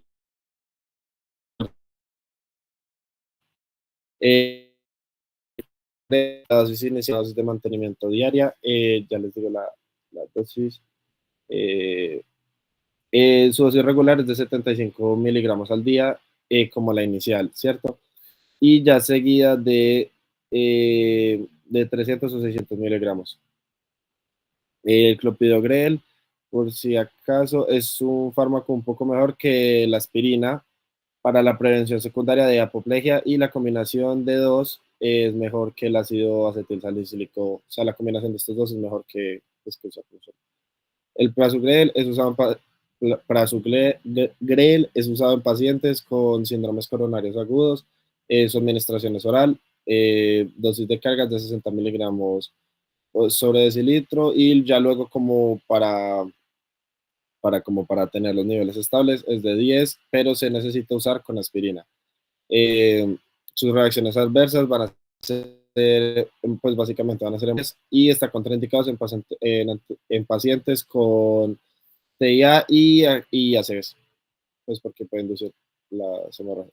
El ticagrelor, señor. ¿Qué es TIA? Ay, doctor, le digo que lo voy a buscar ahorita. Es accidente isquémico transitorio. Según lo que leí, pues básicamente sí, como tromboembolismos cerebrales, ¿no? Ajá, ¿y qué característica típica tiene o qué? Pues que del TIA, que pues que hay que, pues según lo que tengo entendido es diferente, un derrame cerebral, pues normal, que es básicamente como un compromiso de alguna arteria, entonces que se genera una hipoperfusión cerebral. Y pues que es transitorio, entonces que muchas veces se llega a combinar como a confundir con un ACV, pero pues que no tiene como las implicaciones de eso. No, se confunde con una ACV, pero isquémico, hemorrágico, no. Con una ACV isquémico. Ok, listo. No, y es transitorio porque los síntomas desaparecen. Listo, sí, señor. Ticagrelor es de administración oral cada 12 horas, y este va a generar pues la inhibición de una agregación plaquetaria más intensa. El axizimab se administra en bolo de 0.25 miligramos por kilogramo, seguido de 0.125 microgramos kilogramo minuto durante 12 horas o más. Pues su reacción adversa como más fuerte es la hemorragia intensa, y en 2% de los pacientes genera trombocitopenia. La eptifibatida sí, se administra por vía intravenosa en bolo de 180 microgramos sobre kilogramo, seguido de una dosis de 2 microgramos kilogramo minuto hasta por 96 horas. Se usa mucho en síndrome coronario agudo, intervenciones angioplásticas en arterias coronarias, y pues también la reacción adversa más importante es la hemorragia. Y el tirofiban, la administración intravenosa de 0.4 microgramos kilogramo minuto durante 30 minutos, y se continúa 0.1 durante 12 a 24 horas. Y los efectos adversos de este pues son muy parecidos a la eptifibatida. Y ya. ¿Sabes? Devuélvase un segundito a los usos.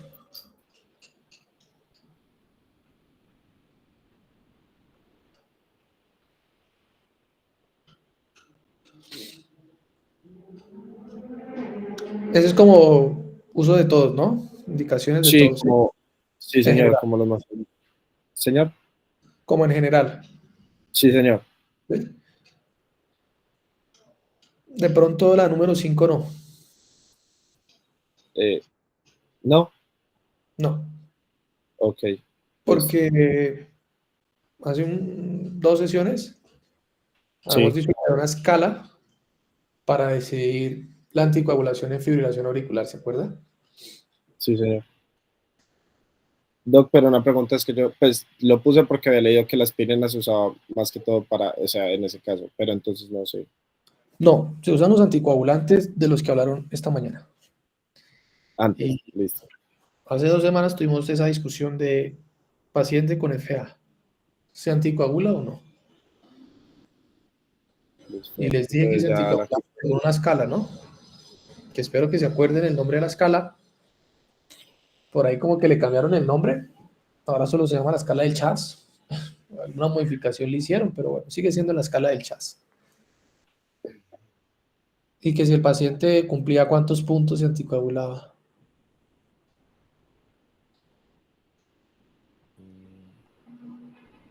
Doc, no me acuerdo, la verdad. Cualquier voluntario, Era como más de 3, Creo que creo, algo así. mayor a 3 2 Más de y 2. mayor a 2. 2 puntos, ¿no? Se anticoagula. ¿Con cuáles? Y que usted lo hacía con una calculadora, ¿cierto? Una calculadora que ya en el sistema que le da Ujú. DOA, 2 puntos para arriba, porque una de las indicaciones que dijo la colega esta mañana de los DOAC era eso, prevenir los trombos en pacientes que tienen una fibrilación auricular no valvular, según el puntaje del CHATS. Entonces no vamos a usar estos antiagregantes para lo que dice ahí en número 5, porque si el paciente tiene una FA, lo que se le pone es un anticoagulante, según el puntaje del CHATS. Y si da menos de 2, no se le hace nada. Porque el uso de aspirina o antiagregantes en esos pacientes con FA, con puntajes de CHATS de 1 o 0, no disminuye la incidencia de los trombos, pero sí aumenta el riesgo de los sangrados. Entonces esa indicación número 5, no, de pronto no. ¿Listo? Listo, ya la quito entonces para mandársela. No cuadra mucho para que no vayan a decir por la medicina interna o en el internado, ay, de la aspirina para prevenir la trombosis por FA, de un anticoagulante para prevenir la trombosis por FA, según el puntaje del CHATS. Muy bien, muchachos. Felicitaciones, muy buenas las presentaciones. Antes de irnos, pues les voy a decir, los que estaban cuando se hizo el llamado a lista, bueno, que son las siguientes personas. Alejandra Navarro Rojas estaba, Alejandro Brito, Ana Sofía Ordán Ardila, Anderson, Joseph Lozano, Angélica Marmolejo, Angie Toro, Cristian Cardona, Cristian Mauricio, Daniela Chavarría, Daniela Velázquez, Diana Rivera, Estefanía Orquijo, Germán Leonardo, Hugo Alejandro Lucio, Ingrid, Isabela Saldarriaga, Juan Antonio Marín, Juanita Charri, Kenny Lisset, Leslie, Luisa Fernanda Castro, María Fernanda Pinchao, ¿es tu apellido, Mafe? Pinchao. Señor. No, aquí verificando tu apellido. Ah, sí, pinchado. Es muy común en Pasto, o bueno, en Nariño. Sí, creo que una vez un policía estuvo secuestrado un montón de años, ¿no? Pinchao. Sí, con él antes me confundían de que si yo era familiar y no pude ir a la guardería por eso. ¿De verdad? Sí, porque le dijeron a mi mamá que como tenía ese el apellido, entonces que era peligroso para mí. Claro. Entonces, Sí, así como ya. el compañero Lucio. ¿Y el Pinchao? Sí, profe. 19. Recién salida de la vida extrauterina. Usted está recién nacida. Felicitaciones, Pinchao. Que los disfrute. Muchas gracias, profe. Está muy jovencita, Pinchao. Y ya va en 5º semestre. Imagínese, usted se va a graduar como de 23 años por ahí, ¿no? Más o menos. ¿Y después qué va a hacer? ¿En qué se va a especializar, Pinchao? No, pues pienso irme por donde están mis familiares. ¿En dónde están? Están en Chile. En Chile, pero especializándose o no. Ah, sí, claro, pero pues yo creo que allá lo haría Permitido. ¿En qué? Aún no sé, profe. Bueno. María Isabela Marín, María José López, María José Perea, Mariano Orozco, Oliver Zambra, Neidi, Nicolás Gómez, Paula Ruiz Cervantes, Samuel Duque, que creo que nunca ha fallado. No, Samuel, usted como que siempre viene, ¿cierto? Extraña, profe. Me da la impresión de que siempre está por ahí. Sebastián, el hombre que tiene amigdalitis y que a pesar de eso sortió la presentación. Simplemente les quiero mostrar una cosa sobre lo de la amigdalitis para que... Profe, qué pena, ¿ya terminó de llamar? ¿No? Ah, bueno. ¿Están ahí bien? Sí, cuando uno ve que se está acabando los nombres y no lo han Ay, llamado, sí, no me asuste. empieza a sudar uno frío. Eso se llama la respuesta simpática. Uno le da taquicardia y palidez, sudoración, temblor. Toda la activación del sistema simpático. Más fácil de aprender cuando uno mismo lo vive. Mire, ¿cuántos días debe durar la amoxicilina? Bueno,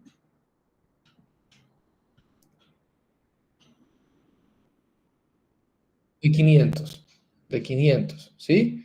Y esto sale, ahí están, primera línea, penicilina B, amoxi, segunda línea, benzatínica, todas las cefalosporinas, macrólidos, pero me llama la atención que solo han mandado 3 días, porque 10 días, 10 días, todos son 10 días, y estos que son los grupos antibióticos, ¿listo? Que son los macrólidos, bueno, porque tienen una vida muy larga. Y esto es la guía que todo colombiano debe conocer, pero como los médicos poco leen, entonces, mire, se llama Lineamiento para Uso Racional de Antibióticos en Faringoamigdalitis Bacteriana. 3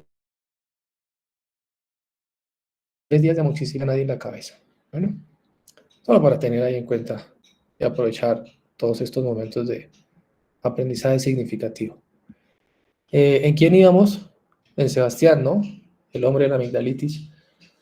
Alexandra Monroy, Vanessa Vázquez, Viviana Marcela Restrepo, Jimena Ramírez Valencia y Jessica Xiomara Bulgarín, que Jessica Xiomara estuvo por ahí interviniendo, y Joeli. Esto es el registro videográfico. El que quiera el video, yo se lo puedo compartir para que vea que de verdad Profe, no es el llamado. qué pena. Lo que pasa es que yo más o menos como los primeros 40 minutos de la primera hora, yo no pude ingresar porque estaba en control de los dientes, pero pues yo creo que quedó el registro, como dice usted de video, que el resto de clase completa, pues sí estuve presente, no sé. Yo solo veo el registro en un momento y ahora en adelante va a tomar o a la mitad o al final o faltando 5 o 10, toma el registro videográfico de esa asistencia, porque supone que la clase es de 2 horas. Sí, pero profe, de pronto ahí no. Y no recibí ningún correo por parte tuya anoche diciéndome, profe, llego media hora tarde, profe, voy a ir a despichar la moto, profe, tengo que ir a comprar la leche del desayuno. Bueno, No, profe, pues la verdad no sabía de pronto que iba a haber. habíamos quedado desde el primer día que me avisaran. Si se iban a ausentar, que me mandaran un correo. Sí, profe, qué pena, pero de pronto, profe, ahí no me puede colaborar de pronto. No, pues, las reglas están claras desde el primer día que yo les dije, si se van a ausentar, me avisan, un correíto, muchachos, cualquier cosa, a cualquiera nos puede pasar cualquier cosa, ¿sí? Entre semana no pueden ir a la cita del odontólogo, pues no al sábado, ¿listo? Yo algún día les puedo mandar un correo el otro sábado, muchachos, qué pena, me van a sacar una muela y me van a formular amoxicilina, no puedo estar en la sesión. Pero yo les aviso.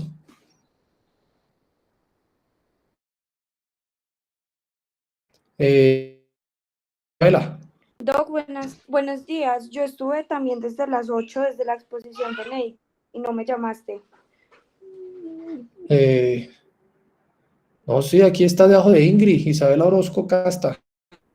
Ah, listo, gracias. Ahí está, pero lo que pasa es que como a veces se me desconectan, se me van para Twitter, para redes sociales y se me distraen por segundos. Entonces, con esto del llamado de lista videográfico, las exposiciones, la participación en clase, los tengo más enganchaditos. ¿Bien? ¿Y cómo quedamos, muchachos? Entonces, me envían las presentaciones. Yo recomiendo que entre ustedes se las compartan también, para que las estudien, repasen y Creo que podemos hacer una guía de estudio en general. Entonces, los que hicieron las exposiciones y con lo que discutimos en clase, se hacen unas preguntas tipo de selección múltiple y las suben a un drive donde yo tenga acceso, la representante me envía el enlace, yo las miro, las contemplo y de pronto las usamos para alguna actividad evaluativa, quiz, parcial, previa, lo que sea. Esas preguntas estarán a cargo de las personas que hicieron la presentación. Puede ser que no escoja ninguna o que coja una y la modifique o algo relacionado, o que cambie el enunciado, o que le ponga un caso clínico, como para que no se sientan tan perdidos estudiando el tema, ¿sí? Entonces, por ejemplo, Neidy cogerá su presentación y bueno, su mecanismo de acción, alguna pregunta farmacocinética, su ajuste de dosis en cirrosis, sus indicaciones, reacciones adversas, esofagitis, profármacos, ya saben. ¿Listo? ¿Dudas, preguntas, muchachos? En un ratico envío exposición día viernes y sábado, para que tengan toda esta semana a hacerla. Profe, la pregunta se va a enviar solo como una semana antes los que tienen para esa semana o todo el... Toda la semana tienen para hacerla. Gracias, profe. ¿Listo? Un buen tiempo para presentar, pues para montarla. Sí, por favor, representante, ¿me confirmas que si te llegó el documento?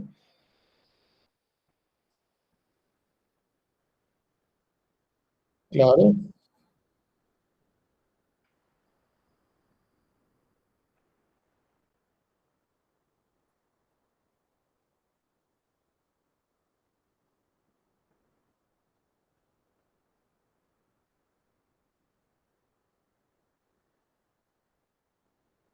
Heterocigotos del Bicor, ¿no? ¿O de qué?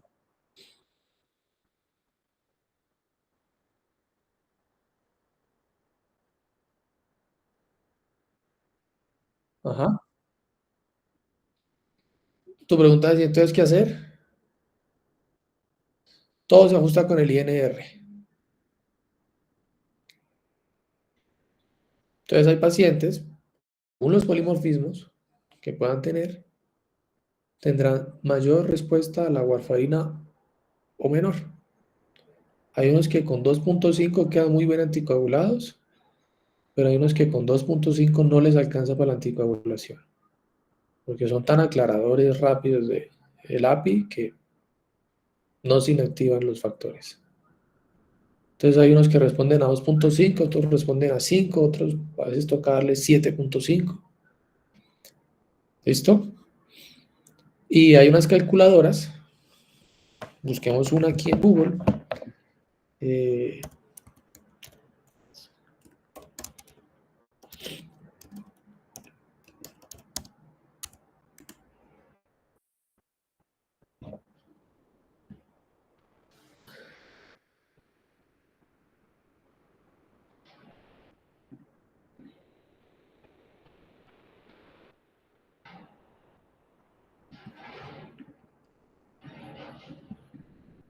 Hay unas calculadoras que si uno tiene acceso al estudio genético, dependiendo de lo que tú dices, el polimorfismo, ¿sí? Entonces uno se hace el estudio completo, uno mete los datos de los pacientes acá y pueden decirle recomendaciones. En pacientes o esta guía particular, pueden haber más, no se recomienda o no da ninguna recomendación sobre el ajuste de dosis según estos genotipos, ¿sí? Entonces es interesante, ¿listo? O según interacciones, ¿sí? Por ejemplo, estas variantes necesitarán ajustes. ¿Por qué? Porque estos pacientes tienen una sensibilidad aumentada a la warfarina. ¿Listo? Recomendación, solo use el 60% de la dosis estándar. ¿Bien? Y estos manes tendrán más riesgo de tener INRs superiores sobre anticoagularse. Entonces, todas estas calculadoras son muy interesantes, ¿no? Muy chéveres.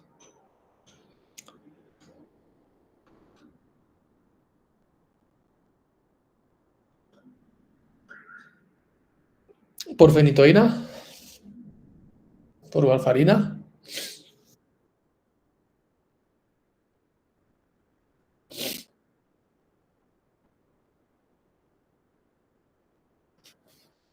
Y también por el efecto procoagulante, ¿no? La microangiopatía inicial.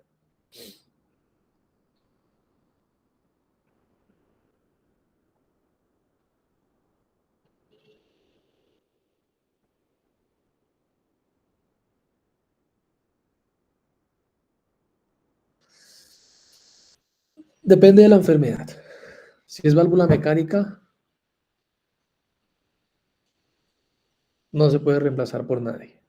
¿Sí?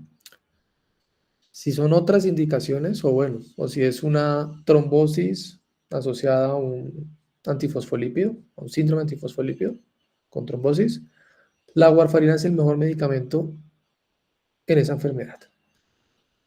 En un antifosfolípido con trombosis y en una válvula mecánica. Pero si tú me dices, no, es que el paciente no tolera la warfarina, le pasó esto por warfarina y tiene una trombosis pulmonar, una trombosis venosa profunda, se puede suspender la warfarina y cambiar por los DOAC. Por los DOAC. ¿Listo? Hay una estrategia para hacer, digamos, la conversión de una terapia anticoagulante a otra. ¿Sí? Entonces, pues aquí voy a mostrar como una imagen de cómo se hace ¿listo? Y cómo, si algún día lo ven por ahí, cómo se hace la conversión de estos esquemas de anticoagulación, porque el paciente puede estar en warfarina y me lo quiere llevar a Noxa, o en Noxa y me lo quiero llevar a warfarina. Bueno, entonces, dependiendo de lo que el paciente esté tomando, le dicen a uno, suspendan un día antes, 2 días antes, 5 días antes, espere que el INR baje, cuando el INR baje y esté en rangos terapéuticos, inicie heparina, inicie el DOAC, inicie, ¿sí? Entonces son como diferentes esquemas para hacer las terapias de transición entre los anticoagulantes, ¿sí? Terapias de transición entre los anticoagulantes, ¿sí? También puede salir como switch, anticoagulación. Básicamente es cómo ajustarlos, ¿sí? Cómo cambiar de un, por ejemplo, aquí se alcanza a ver también, cómo cambiar de un antagonista de vitamina K a un DOAC. Se suspende el antagonista, el cumarínico, se espera que el INR esté por abajo de 2 y una vez el paciente ya no esté sobre anticoagulado con warfarina, se le pone el DOAC, ¿sí? Sería muy peligroso iniciar un DOAC cuando el INR está en 3, ¿no? Entonces, pues no, rojo pues es de peligro, ¿sí? Y lo mismo, el paciente está en DOAC, y por algún motivo lo va a pasar a warfarina. Se continúa el DOAC, empiezo warfarina, 2 días después del INR están 2, ¡tum!, suspende el DOAC, ¿ya? O de no fraccionada un DOAC, o de bajo peso un DOAC. Entonces tengan esto en cuenta más adelante cuando estén en el internado, cuando ya sean residentes, las terapias de transición entre los diferentes anticoagulantes.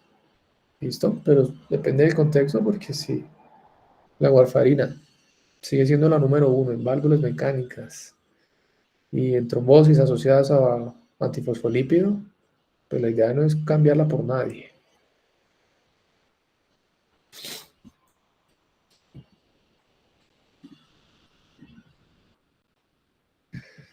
Bueno, estimados, les deseo buen fin de semana.